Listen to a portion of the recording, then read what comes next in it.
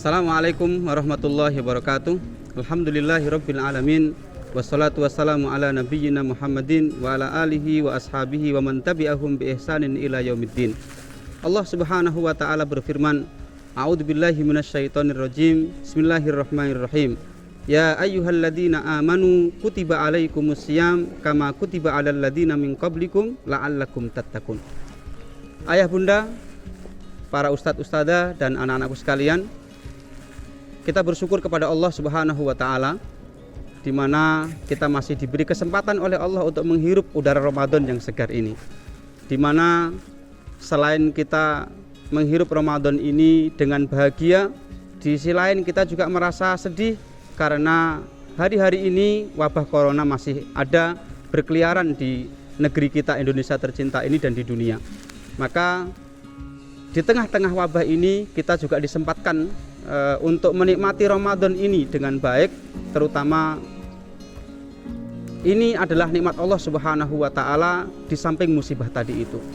Maka firman Allah tadi mengatakan bahwa wahai orang-orang yang beriman, diwajibkan atas kalian berpuasa agar kalian menjadi orang yang bertakwa. Puasa itu menggembleng kita, menggembleng jiwa-jiwa kita untuk lebih kuat, untuk semakin bertakwa kepada Allah Subhanahu wa taala. Bukan hanya untuk yang lain, bukan niat yang lain, tetapi Allah ingin memantapkan hati-hati yang beriman itu makin bertakwa kepadanya. Maka seperti apakah orang-orang yang bertakwa itu?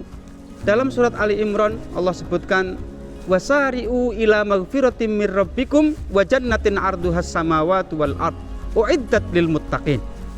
Dan bersegeralah kalian menuju ampunan dan surga Allah yang luasnya seluas langit dan bumi, khusus disiapkan untuk orang-orang yang bertakwa. Disiapkan untuk orang-orang yang bertakwa. Dalam lanjutan ayat itu Allah sebut cirinya, alladzina yunfikuna fis sarra'i wad dharra. Orang-orang yang bertakwa itu adalah alladzina yunfikuna fis sarra'i wad dharra, orang-orang yang menginfakkan hartanya dalam keadaan dia lapang atau sempit, dalam keadaan punya atau tidak punya. Alladzina yunfikuna fis sarra wad dharra wal kadhiminal ghaidh. Yang kedua, menahan amarah.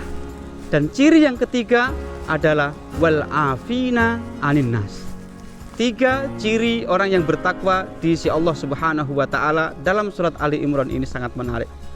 Yang pertama, tadi kita lihat bahwa orang-orang yang muttaqin itu adalah orang-orang yang suka menginfakkan hartanya. Berinfak untuk Allah Subhanahu wa taala, berinfak kepada orang lain, kepada sesama, terutama kepada umat muslim. Infak, bersedekah tidak harus menunggu kaya, tidak harus menunggu punya, tapi di situ Allah sebutkan fis sarra wad dharra. Bisa jadi kita punya dan kita berinfak. Tetapi kalau kita nggak punya gimana? Kita punya sedikit ya kita infakkan. Kita punya harta, kita infak harta. Kita punya tenaga, kita infak tenaga. Tidak punya apa?